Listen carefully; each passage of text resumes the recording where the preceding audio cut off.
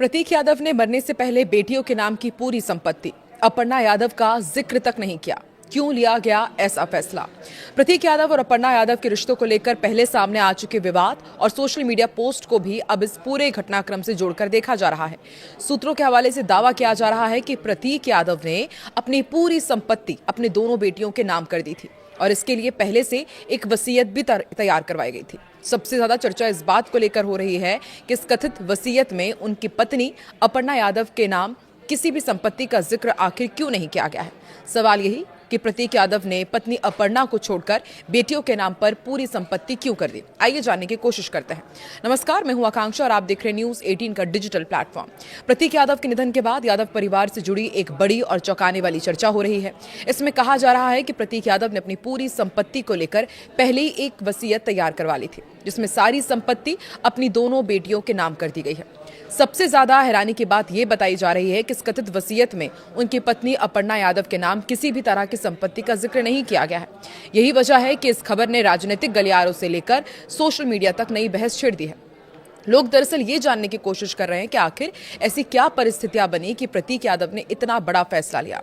खास बात यह भी है कि इस कथित वसीयत में बेटी की उम्र को लेकर भी शर्तें रखी गई है, जिनके तहत एक निश्चित उम्र के बाद ही संपत्ति बेचने या उसके पूरे अधिकार मिलने की बात कही गई है। सूत्रों के मुताबिक प्रतीक यादव की वसीयत में साफ रूप से लिखा गया है कि प्रतीक यादव की संपत्ति उनकी दोनों बेटियों को ही मिलेगी।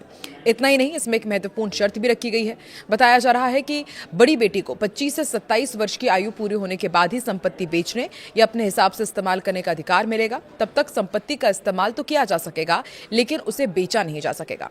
इस कथित वसीयत की खबर सामने आने के बाद अब राजनीतिक गलियारों से लेकर सोशल मीडिया तक चर्चाओं का दौर तेज हो गया है। सबसे बड़ा सवाल यही उठ रहा है कि आखिर प्रतीक यादव ने ये वसीयत पहले से क्यों तैयार करवाई थी?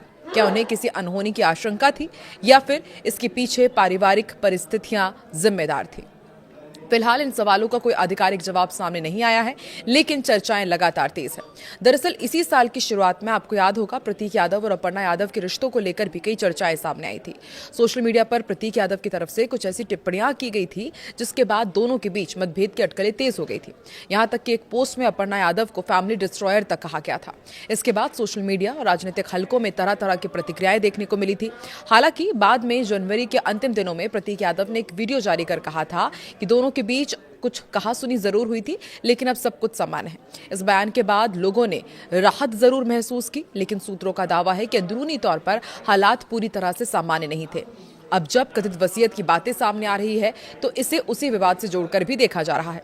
लोग ये जानने की कोशिश कर रहे हैं कि आखिर ऐसी क्या परिस्थितियां बनी कि प्रतीक यादव ने अपनी पूरी संपत्ति बेटियों के नाम कर दी और पत्नी अपर्णा यादव का जिक्र तक नहीं है। हालांकि इस पूरे मामले में अभी तक परिवार की ओर से कोई भी आधिकारिक बयान सामने नहीं आया है और न ही वसीयत को लेकर सार्वजनिक रूप से पुष्टि हुई है।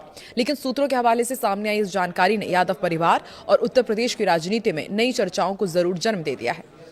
वहीं प्रतीक यादव की पोस्टमार्टम रिपोर्ट भले ही आ गई हो, लेकिन अभी तक लोग उनकी इस मौत को संदिग्ध ही मान रहे हैं। हालांकि उनके शव का विसरा रिपोर्ट आना भी बाकी है। वहीं अखिलेश यादव ने मीडिया से बात करते हुए कहा था कि जो भी कानूनी रास्ता होगा उसी के हिसाब से हम चलेंगे, ताकि मौत की सही स्पष्ट कारण जो है वो सामने आ सके। प्रतीक यादव की मौत को हर किसी ने इसलिए स्तब्ध कर दिया था क्योंकि वो बहुत ही फिट थे, अपने स्वास्थ्य के प्रति सजग भी रहते थे, लेकिन उनकी मौत ने कई सवाल खड़े कर दिए। यहां तक कि एक एनजीओ ने हत्या की आशंका जताते हुए एनएचआरसी से शिकायत भी की है।